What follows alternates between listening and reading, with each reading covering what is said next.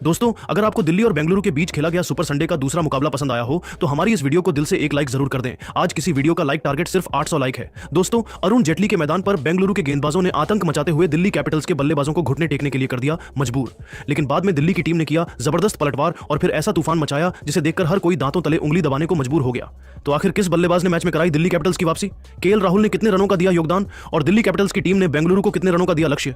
इस रोंगटे खड़े कर देने वाले मुकाबले की पूरी हाईलाइट तो हम आपको जरूर दिखाएंगे, लेकिन उससे पहले आपको क्या लगता है, रजत पाटीदार और अक्षर पटेल में से कौन है बेहतर कप्तान? आप खुद नीचे कमेंट करके बताइए। दोस्तों, सुपर संडे के दिन खेले गए दूसरे मुकाबले में बेंगलुरु के कप्तान रजत पाटीदार ने टॉस जीतकर गेंदबाजी करने का फैसला लिया था। वहीं दिल्ली की टीम को बल्लेबाजी करने के लिए आमंत्रित किया था। दिल्ली की तरफ से बल्लेबाजी की शुरुआत करने के लिए अभिषेक पोरेल के साथ ड्यू प्लेसिस की खतरनाक जोड़ी मैदान पर उतरी। दोनों बल्लेबाजों के कंधों पर अपनी टीम को अच्छी शुरुआत दिलाने की जिम्मेदारी थी। वहीं बेंगलुरु की तरफ से पहले ओवर में गेंदबाजी करने के लिए आए भुवनेश्वर कुमार का स्वागत अभिषेक ने पहले गेंद पर शानदार चौका लगाकर किया और चौके के साथ अपनी टीम का खाता खोला। इसके बाद भुवनेश्वर कुमार ने शानदार गेंदबाजी किया और पहले ओवर में सिर्फ 8 रन ही खर्च किया। रॉयल चैलेंजर बेंगलुरु के कप्तान रजत पाटीदार ने दूसरे ओवर में गेंदबाजी करने के लिए यश दयाल को भेजा। आते ही यश दयाल शानदार गेंदबाजी का नजारा पेश कर रहे थे, लेकिन दूसरे ओवर के अंतिम गेंद पर अभिषेक ने जबरदस्त चौका जड़कर 2 ओवर में दिल्ली कैपिटल्स के स्कोर को 15 रनों तक पहुंचा दिया। बेंगलुरु की तरफ से तीसरा ओवर लेकर आए भुवनेश्वर कुमार। इस बार अभिषेक पोरेल ने उनके जमकर कुटाई कर दी। सबसे पहले ओवर की तीसरी गेंद पर अभिषेक ने गगनचुंबी छक्का लगाया।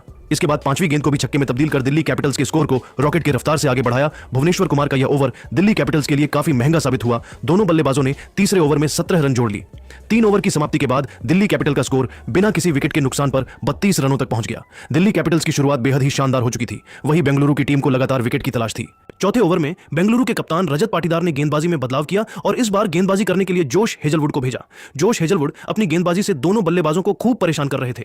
अभिषेक संभल कर बल्लेबाजी कर रहे थे और अपना विकेट बचा रहे थे। तभी चौथी गेंद पर जोश हेजलवुड ने अभिषेक पोरेल को जितेश शर्मा के हाथों कैच आउट करा दिया और अपनी टीम को पहली सफलता दिला डाले। इस तरीके से मात्र 33 रनों के स्कोर पर दिल्ली की टीम को पहला झटका लग गया। अभिषेक अपनी टीम के लिए 11 गेंदों पर 2 चौकों और 2 छक्कों की सहायता से 28 रन बनाकर पवेलियन की तरफ लौट गए।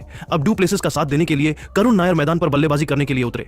करुण नायर के चेहरे पर विकेट गिरने का दबाव बिल्कुल भी नहीं दिख रहा था और आते ही उन्होंने जबरदस्त चौका लगाकर अपना खाता खोला। जोश हेजलवुड ने चौथे ओवर में मात्र 5 रन खर्च करके अपनी टीम को पहली सफलता दिला दिया। दिल्ली कैपिटल्स की टीम को एक अच्छे साझेदारी की जरूरत थी। रॉयल चैलेंजर बेंगलुरु की तरफ से 5वां ओवर लेकर आए यश दयाल की दूसरी गेंद पर ड्यू प्लेसिस ने शानदार चौका लगाकर अपनी टीम के स्कोर को रॉकेट की रफ्तार से आगे बढ़ाया। इसी के साथ अंपायर ने उसे नो बॉल भी करार दिया और ड्यू प्लेसिस को फ्री हिट भी मिल चुका था, लेकिन ड्यू प्लेसिस स्ट्रीट का फायदा नहीं उठा पाए और सिंगल लेकर स्ट्राइक करुण नायर को दे दिया। खतरनाक गेंदबाजी करते हुए यश दयाल ने चौथी गेंद पर करुण नायर को अपने जाल में फंसाया और भुवनेश्वर कुमार के हाथों कैच आउट करा दिया। करुण अपनी टीम के लिए सिर्फ 4 रन बनाकर बेहद निराश मन से वापस लौट गए, लेकिन ड्यू प्लेसिस अभी भी मैदान पर डटे हुए थे और उनके साथ देने के लिए केएल राहुल आ चुके थे। 5 ओवर की समाप्ति के बाद दिल्ली कैपिटल का स्कोर 2 विकेट के नुकसान पर 45 रन बन पाया। पावर प्ले के अंतिम ओवर में बेंगलुरु की तरफ से विकेट की तलाश में गेंदबाजी करने के लिए एक बार फिर से जोश हेजलवुड के पहले गेंद पर केएल राहुल ने दौड़कर 2 रन बटोर लिए। फिर चौथी गेंद पर सिंगल लेकर स्ट्राइक डू प्लेसिस को दे दिया। ओवर की 5वीं गेंद पर डू प्लेसिस ने अपने अंदाज में चौका जड़कर पावर प्ले के 6 ओवर में दिल्ली कैपिटल्स के स्कोर को 50 रनों के आंकड़े के पास पहुंचा दिया। पावर प्ले की समाप्ति के बाद 7वें ओवर में बेंगलुरु के कप्तान रजत पाटीदार ने गेंदबाजी में बड़ा बदलाव किया और इस बार गेंदबाजी करने के लिए सुयश शर्मा को भेज दिया। 7वें ओवर में दोनों बल्लेबाजों को सिर्फ सिंगल लेकर ही काम चलाना पड़ा। सुयश शर्मा ने जबरदस्त गेंदबाजी करते हुए 7वें ओवर में सिर्फ 5 रन ही खर्च किया। इस तरीके से 7 ओवर के बाद दिल्ली का स्कोर 57 रन ही बन पाया। दोनों बल्लेबाज पूरी तरीके से सेट हो चुके थे और धीरे धीरे अपनी टीम के स्कोर को आगे बढ़ा रहे थे। वहीं बेंगलुरु की टीम को लगातार विकेट की तलाश थी। 8वें ओवर में बेंगलुरु के गेंदबाजी में बड़ा बदलाव देखने को मिला और रजत पाटीदार ने गेंदबाजी करने के लिए स्पिन के जादूगर कृणाल पांड्या को बुला लिया। कृणाल पांड्या के इस ओवर से केएल राहुल और फफ डू प्लेसिस ने एकल और डबल लेकर 6 रन जोड़ डाले। 8 ओवर के बाद दिल्ली कैपिटल का स्कोर 2 विकेट के नुकसान पर 63 रनों तक पहुंच गया। दिल्ली का स्कोर धीरे धीरे आगे बढ़ रहा था और दोनों बल्लेबाजों के बीच एक मजबूत साझेदारी पनपती हुई दिखाई दे रही थी। 9वें ओवर में बेंगलुरु के कप्तान रजत पाटीदार ने सुयश शर्मा पर एक बार फिर से भरोसा जताया और गेंद को उनके हाथों में कमाए आते ही सुयश शर्मा ने दोनों बल्लेबाजों के होश उड़ा दिए। तभी चौथी गेंद पर केएल राहुल ने सनसनाता हुआ चौका लगाकर दिल्ली के स्कोर को रॉकेट की रफ्तार से आगे बढ़ाया। 10वीं ओवर में कप्तान रजत पाटीदार ने रणनीति बनाई और गेंदबाजी करने के लिए एक बार फिर से कृणाल पांड्या को बुला लिया। कृणाल पांड्या की खतरनाक गेंद दोनों बल्लेबाजों को बिल्कुल भी समझ में नहीं आ रही थी और एक रन बनाना उनके लिए काफी मुश्किल हो रहा था। शानदार गेंदबाजी करते हुए कृणाल ने 5वीं गेंद पर सेट बल्लेबाज डू प्लेसिस का विकेट चटकाकर दिल्ली कैपिटल्स को तगड़ा झटका दे दिया। डू प्लेसिस को 22 रन बनाकर वापस लौटना पड़ा। अब दिल्ली कैपिटल्स की टीम मुश्किल में फंसती हुई दिखाई दे रही थी। ड्यू प्लेसिस विकेट गिरने के बाद केएल राहुल का साथ देने के लिए अब मैदान पर खुद कप्तान अक्षर पटेल बल्लेबाजी करने के लिए उतरे। दोनों बल्लेबाजों के कंधों पर अपनी टीम की बड़ी जिम्मेदारी आ चुकी थी। 10 ओवर की समाप्ति के बाद दिल्ली की टीम का स्कोर 3 विकेट के नुकसान पर 72 रन बन पाया। बेंगलुरु की तरफ से 11वां ओवर लेकर आए यश दयाल की पहली गेंद पर केएल राहुल ने दौड़कर 2 रन बटोर लिए। इसके बाद तीसरी गेंद पर सिंगल लेकर स्ट्राइक अक्षर पटेल को दे दिया। 5वीं गेंद पर अक्षर पटेल को भी सिंगल ही मिल पाया, लेकिन 11वें ओवर की आखिरी गेंद पर केएल राहुल ने खतरनाक चौका जड़कर दिल्ली के स्कोर को 80 रनों तक पहुंचा दिया। 12वें ओवर में कप्तान रजत पाटीदार ने गेंदबाजी करने के लिए सुयश शर्मा को भेज दिया। ओवर की दूसरी और तीसरी गेंद पर दोनों बल्लेबाजों को सिंगल ही मिल पाया। तभी पहुंच में गेंद पर अक्षर पटेल ने अपने अंदाज में जबरदस्त चौका जड़कर दिल्ली के स्कोर को 87 रनों तक पहुंचा दिया। दोनों बल्लेबाज पूरी तरीके से सेट हो चुके थे और तेजी से रन बटोरते हुए अपनी टीम के स्कोर को आगे बढ़ा रहे थे। 13वें ओवर में बेंगलुरु के कप्तान रजत पाटीदार ने कृणाल पांड्या पर एक बार फिर से भरोसा जताया और गेंद को उनके हाथों में थमा दिया, लेकिन अक्षर पटेल ने पहले गेंद पर सनसनाता हुआ छक्का लगाकर दिल्ली के स्कोर को रॉकेट की रफ्तार से आगे बढ़ाया। इसके बाद दोनों बल्लेबाजों को सिंगल के साथ ही काम चलाना पड़ा। दोनों बल्लेबाजों ने मिलकर कृणाल पांड्या के इस ओवर से 10 रन बटोर लिए। 13 ओवर की समाप्ति के बाद दिल्ली कैपिटल का स्कोर 3 विकेट के नुकसान पर 97 रनों तक पहुंच गया। जिस तरीके से दिल्ली कैपिटल का स्कोर आगे बढ़ रहा था और बेंगलुरु के गेंदबाज विकेट निकाल रहे थे, उसे देखकर तो यही लग रहा था कि दिल्ली की टीम रॉयल चैलेंजर बेंगलुरु को 140 से 150 रनों का लक्ष्य ही दे पाएगी। लेकिन दोस्तों, अब आपको क्या लगता है, इस बार आईपीएल की चमचमाती हुई ट्रॉफी कौन सी टीम जीतेगी? आप खुद नीचे कमेंट करके बताइए और क्रिकेट जगत से संबंधित ऐसी ही नई नई वीडियो के लिए हमारे चैनल को जरूर सब्सक्राइब करिए। धन्यवाद। 14वें ओवर में कप्तान रजत पाटीदार ने रणनीति बनाई और गेंदबाजी करने के लिए जोश हेजलवुड को बुला लिया। ओवर की पहली ही गेंद पर केएल राहुल ने शानदार चौका लगाया, फिर दूसरी गेंद पर सिंगल लेकर स्ट्राइक अक्षर पटेल को दे दिया।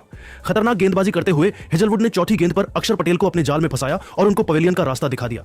अक्षर पटेल अपनी टीम के लिए 15 रन ही बना सके, लेकिन केएल राहुल अभी भी मैदान पर डटे हुए थे और उनका साथ देने के लिए ट्रिस्टन स्टब्स आ चुके थे। 14 ओवर के बाद दिल्ली का स्कोर 4 विकेट में नुकसान पर 104 रनों तक पहुंच गया। 15वें ओवर में गेंदबाजी करने के लिए आए सुयश शर्मा इस ओवर से दोनों बल्लेबाज सिर्फ 4 रन ही जोड़ पाए। बेंगलुरु की तरफ से 16वां ओवर लेकर आए कृणाल पांड्या के ओवर में दोनों बल्लेबाजों को सिंगल और डबल के साथ ही काम चलाना पड़ा। कृणाल ने अपने इस ओवर से मात्र 9 रन ही खर्च किया। 16 ओवर के बाद दिल्ली का स्कोर 117 रन बन पाया। 17वें ओवर में विकेट की तलाश में गेंदबाजी करने के लिए आए भुवनेश्वर कुमार ने दूसरे गेंद पर केएल राहुल को आउट करके दिल्ली की टीम को 5वां झटका दे दिया। अब इंपैक्ट प्लेयर के रूप में आशुतोष शर्मा आ चुके थे। 17वें ओवर की दूसरी गेंद पर आशुतोष शर्मा ने दौड़कर 2 रन पूरा किया, लेकिन अगले ही गेंद पर भुवनेश्वर कुमार ने क्लीन बोल्ड करके उनके चारों खाने चित कर दिए। इंपैक्ट प्लेयर के रूप में आशुतोष शर्मा अपना इंपैक्ट नहीं छोड़ पाए। अब दिल्ली की पारी को विपराज निगम और ट्रिस्टन स्टब्स मिलकर संभाल रहे थे। 17 ओवर में दिल्ली का स्कोर 6 विकेट के नुकसान पर 120 रन ही बन पाया। 18वें ओवर में बेंगलुरु के कप्तान रजत पाटीदार ने नई चाल चली और गेंद को जोश हेजलवुड के हाथों में दे दिया, लेकिन उनका यह प्रयोग बिल्कुल उल्टा पड़ गया। ट्रिस्टन स्टब्स और विपराज निगम ने हेजलवुड की बखिया उधेड़ कर रख दी। ओवर की पहली गेंद पर ट्रिस्टन स्टब्स ने खतरनाक चौका जड़ दिया। अगले गेंद पर सिंगल लेकर स्ट्राइक विपराज निगम को दे दिया। चौथी गेंद पर विपराज ने गगनचुंबी छक्का लगाकर अपनी टीम के स्कोर को रॉकेट की रफ्तार से आगे बढ़ाया। फिर 5वीं गेंद पर ट्रिस्टन स्टब्स ने सनसनाता हुआ चौका लगाकर दिल्ली के स्कोर को 137 रनों तक पहुंचा दिया।